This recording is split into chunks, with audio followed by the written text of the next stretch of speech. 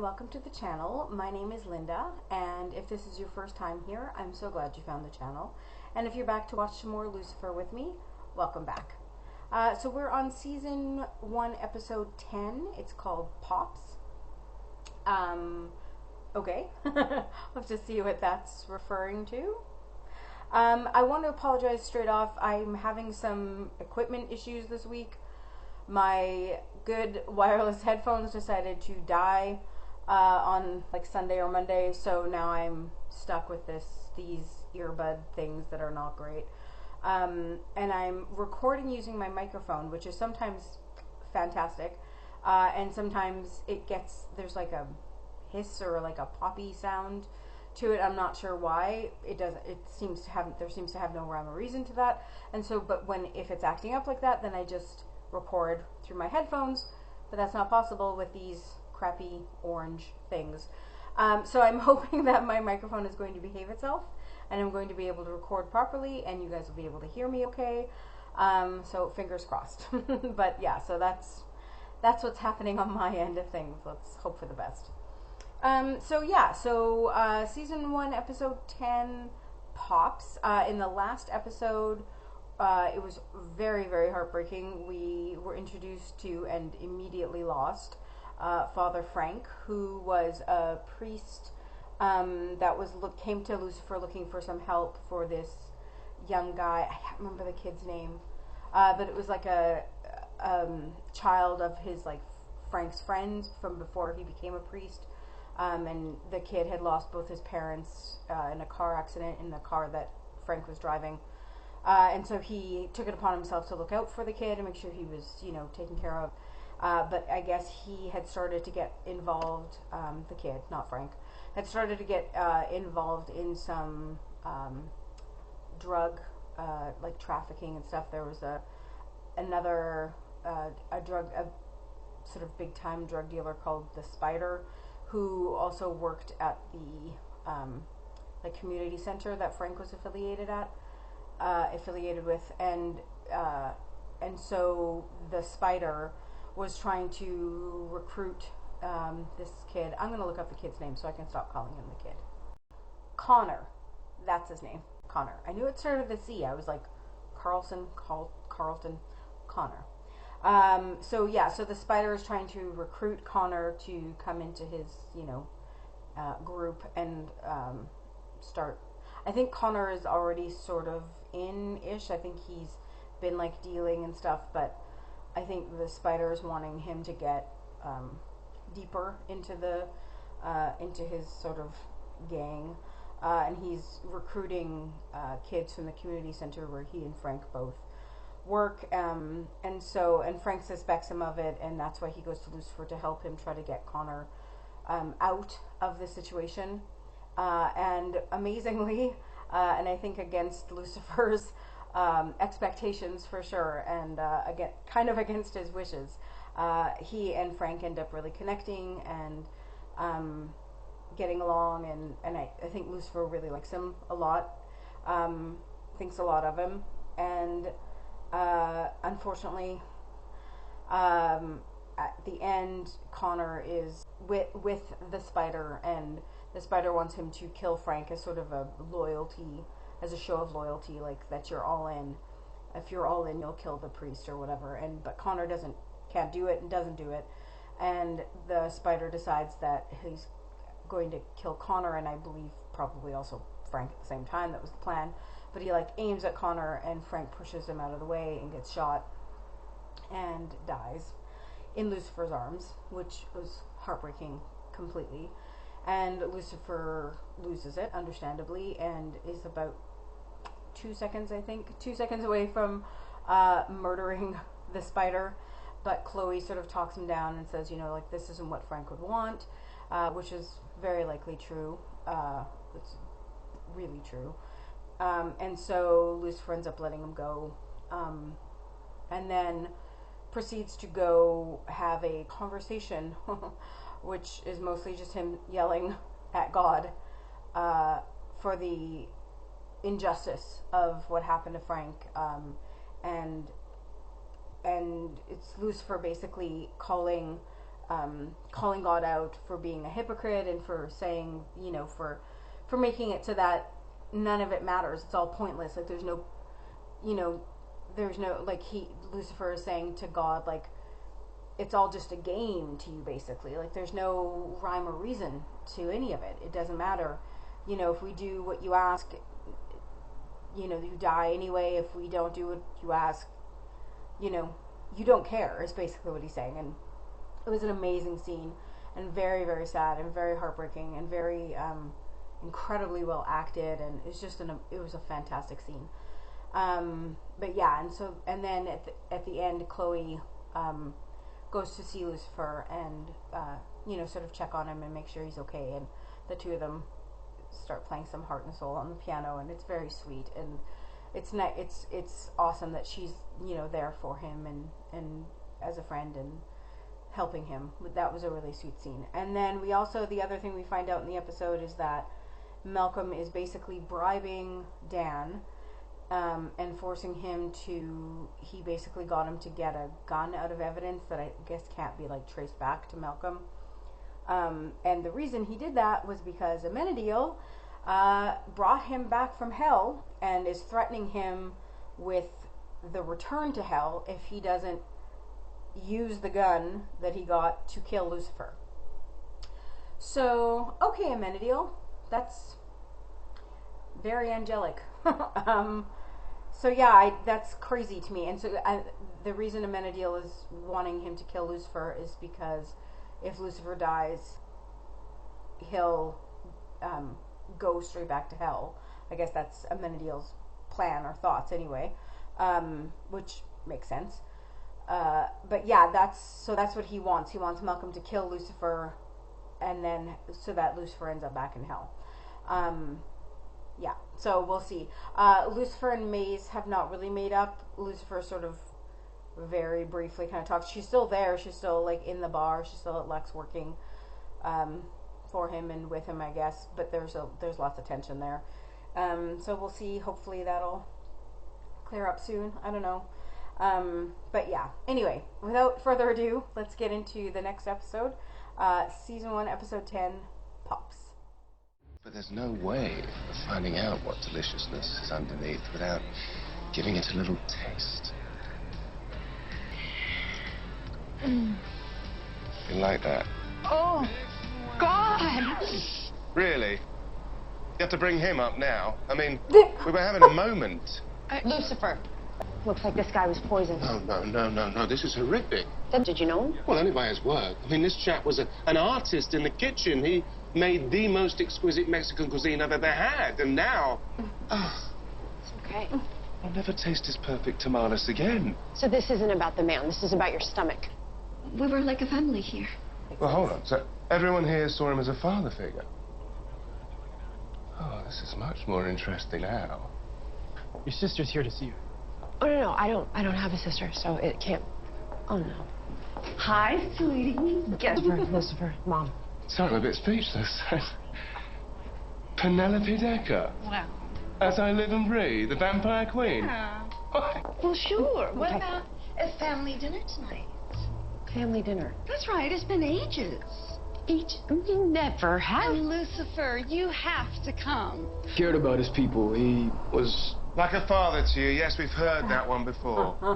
He was my father. Oh, This is Javier's son, Junior. A strained relationship. Son. It's complicated. You know, I feel like the only thing that made him happy was this place. So, let me guess, you tried to follow in his footsteps? Yeah, I trained as a chef, yeah. And Dad was domineering, acted like a god in the kitchen?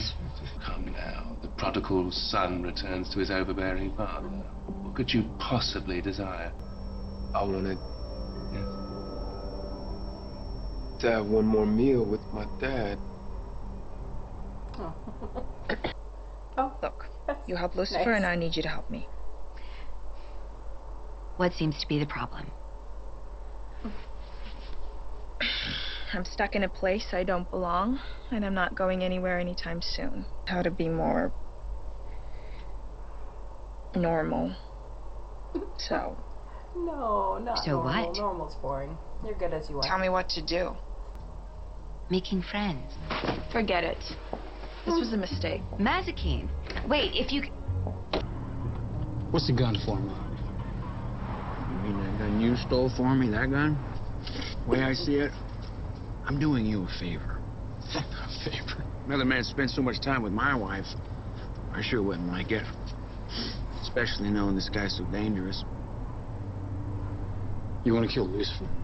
Reasons to kill your father, Fig. Agreed, truly the ugliest. Think I killed Pops to speed up my inheritance? Thing came in. The poison used to kill Javier was mercury. Oh. Track marks. Ah, so there was heroin as well. Generous killer, are you? Wanted to give him a little high on the way out. This is crazy. No, if it's heroin, you should talk to... I'm sorry. Don't worry. I tend to have a rather striking effect on women. No, I think she is also poisoned. Just let it all out. Oh, sick, sick, sick. More mercury poisoning. Still think she's a suspect.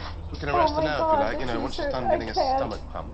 So you're not the one being taunted, are you? Oh, God this, oh, God that. He's popping up everywhere and spoiling my favourite things. You know, ever since we met this kid, you've had it in for him. Why? Guess he's a bird of a feather. Someone who had a shadow cast over him his entire life, whereas I could never escape from under mine, he could. I wonder how that feels. Is Lucifer here?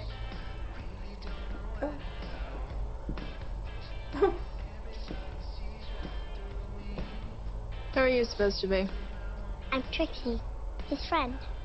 His friends get worse and worse. Please don't pour her alcohol. Don't pour her alcohol. A lot, but this time it was Mom fighting with Nana about how I look. Which one wants you to look like an old drag queen? My grandma, I guess. Is this a Shirley Temple? Sure. Oh no, no, no, no. God. Trixie! I wanted to see Lucifer, but he wasn't here. So I made a new friend. Oh no, What's is that your gonna be name? Maze's friend? Mazikeen. But you can call me Maze. I love it. Thank you, Maze. I didn't say you could. Yes. So you brought a guy who's suspected of murder by poisoning He doesn't anymore. to cook for my family. Well, if you arrest him, he's just going to lawyer up, isn't he? So why not have a nice meal whilst you get all the answers you need, I'm certain he'll open up. Why's that? Because I convinced him you'd hear him out. After all, he's innocent. Oh, you think he's innocent now? Stopped eating meat while backpacking through India. So I had to get creative with my dishes. Come on, detective, you said yourself you may want to kill your mother, but you don't so do you want to it. kill me? Just because I put makeup on your dog? No, because she thinks you're a child and forced her to grow up too quickly. Rose leaping to her defense again. You know, perhaps you two are closer to getting back together than I thought. You are? No, we haven't decided. Things are moving that way. We just had the one kiss. So you're kissing now? Oh. Right. Maybe that explains why you won't have sex with me. I'm sorry. What? No. Then I couldn't get away. You know, because every time I cooked a meal or I looked in the mirror and there he was, staring back at me. That's a tad bit creepy.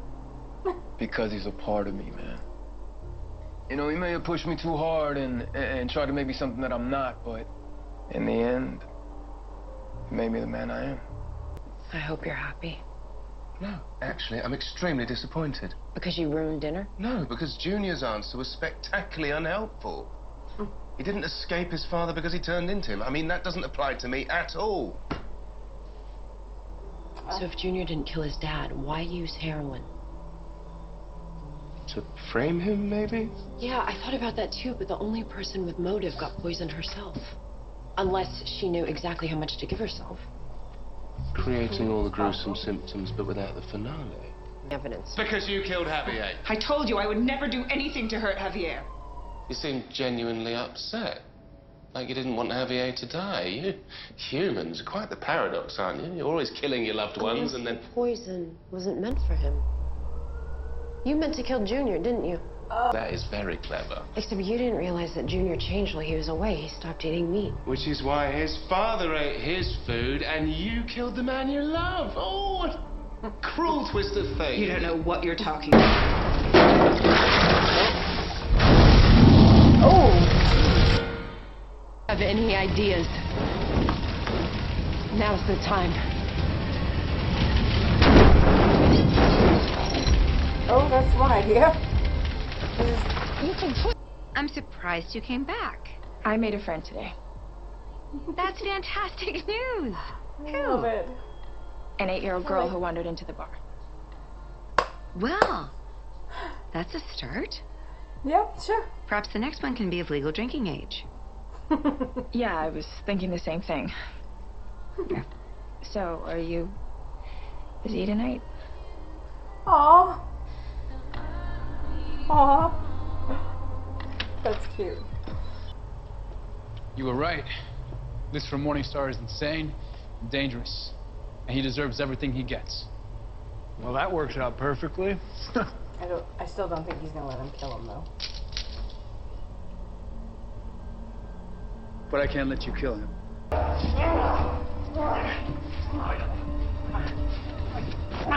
Yikes, yikes.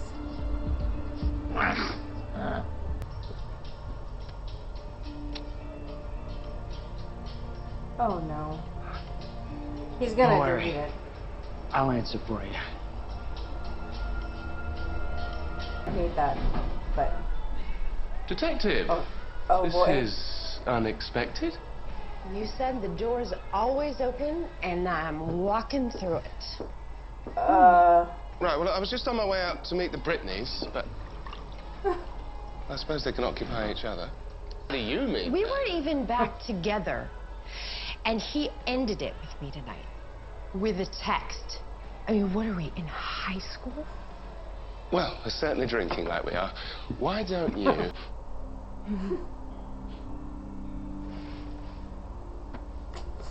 That is a bad idea. What's happening? It would seem that I'm saying no. I don't do this. This is something my mom would do. Come here. We don't all turn into our parents, Detective.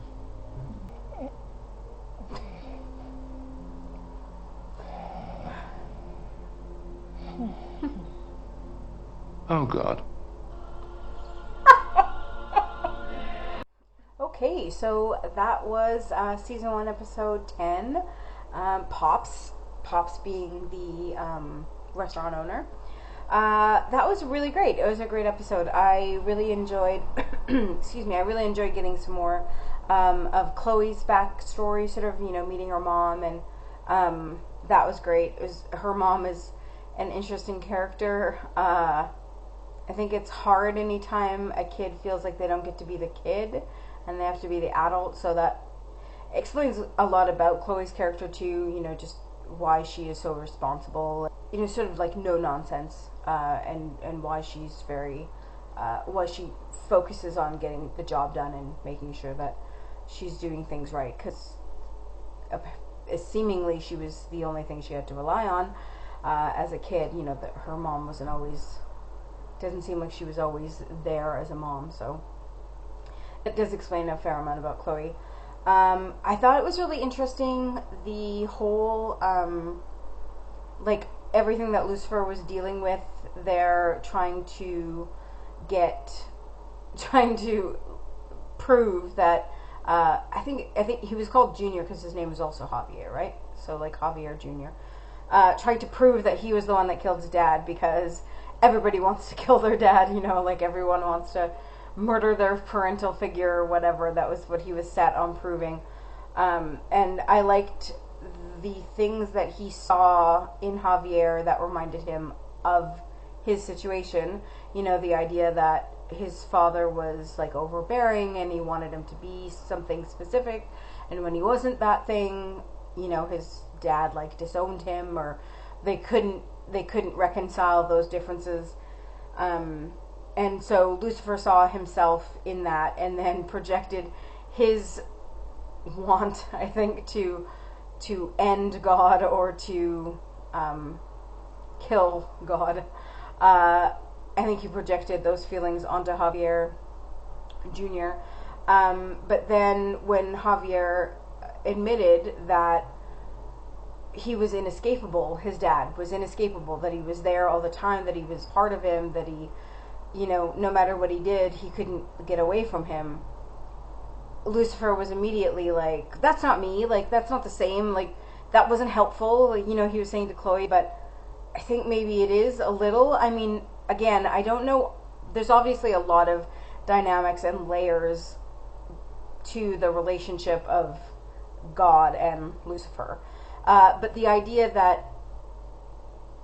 that God, his father, is inescapable, and that he did, like, make him the man he is, those are some really interesting ideas, you know, in context of Lucifer's story.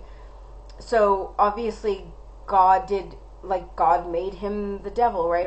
Or forced him to be the keeper of hell kind of thing. And so then technically, I mean, and he was created by God, right? I mean, again, that certainly seems to be the case at this point. So he was created by God. God turned him into the devil. He created him. He sort of, I'm looking for, like, he shaped him, right, into the man, the being that he is today.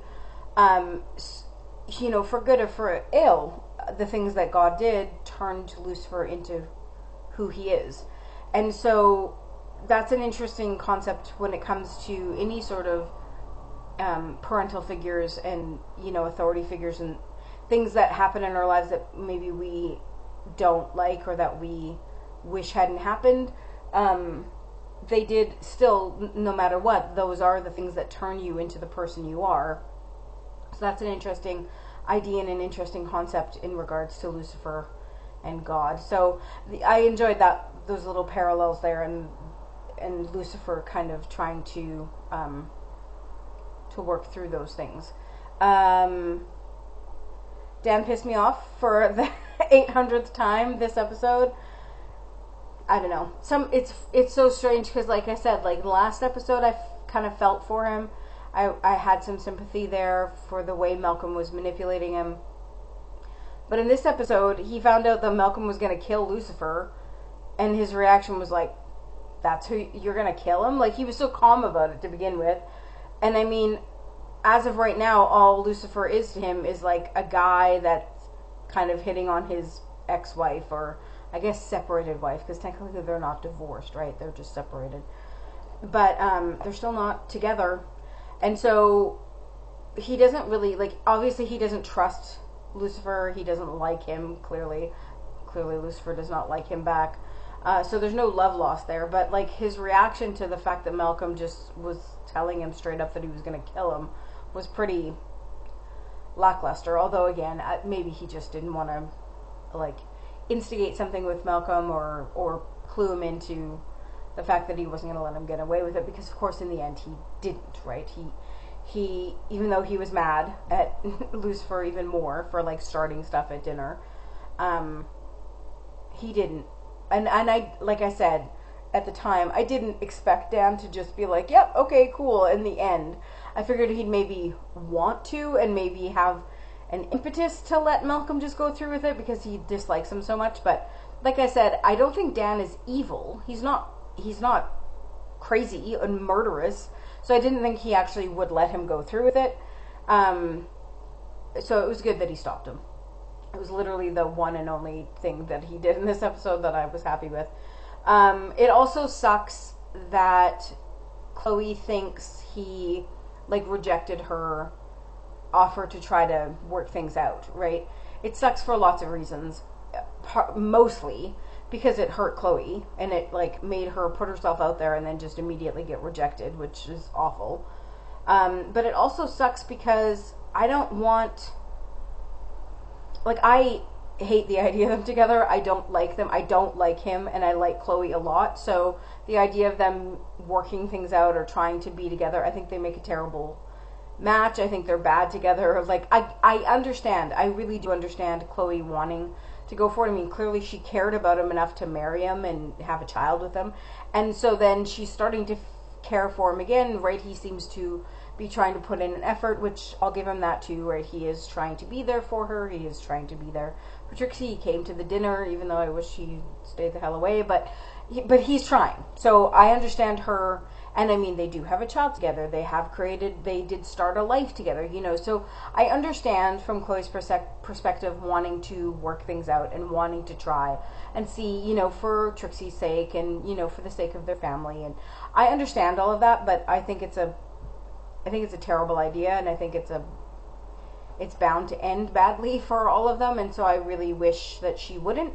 But I don't want her, like, the other reason that I didn't like the fact that Chloe thinks he rejected her is because I don't want her to, I'm trying to think how to put it, I don't want her to not choose Dan because of a misunderstanding.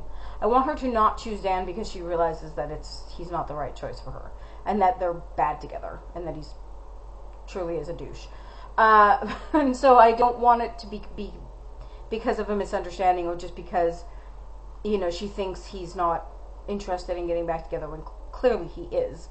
You know, I want them to work things out to an amicable place of separation properly, you know, and not leave it as a misunderstanding and, you know, an oopsie. But yeah, so I hated that. It was very sweet that when she showed up at Lucifer's drunk, it was pretty much, you could see from like this minute she got in there, he was like worried about her kind of, and curious about what was going on, but he was never like, ooh, like, this is my chance, you know, like, which is good, because gross, she's all drunk and clearly not in her right mind. But I mean, I don't know, maybe Lucifer of the past, like he said, nothing has ever stopped me from, you know, taking my carnal desire, or whatever the case may be, but something was stopping him there. And I think it was the fact that, one, he knew he'd be taking advantage because she wasn't in her right mind. Two, I think that he wants, again, maybe I'm wrong, but I think he's starting to understand that he wants something more. That, you know, because way back a few episodes ago, he had said to Dr. Linda that, oh, right, I just have to sleep with her, and then I'll get her out of my system, and it'll be fine. I'll go back to not caring about anything. I'm not caring about her, for sure. But I think he's starting to realize that that is not a solution, and that that's not really what he actually wants. I think he really values their friendship, and he values their connection to each other, whatever that connection may be, whatever it is that, like, sort of seems to be drawing them together. I think he values it, and he likes it, and he doesn't want to risk ruining that, right? So yeah, so I think it was really sweet that and it was also very sweet because I was worried, oh God, she's going to be like insulted, or she's going to think like, oh, I'm here like throwing myself at you, and you're just like, no.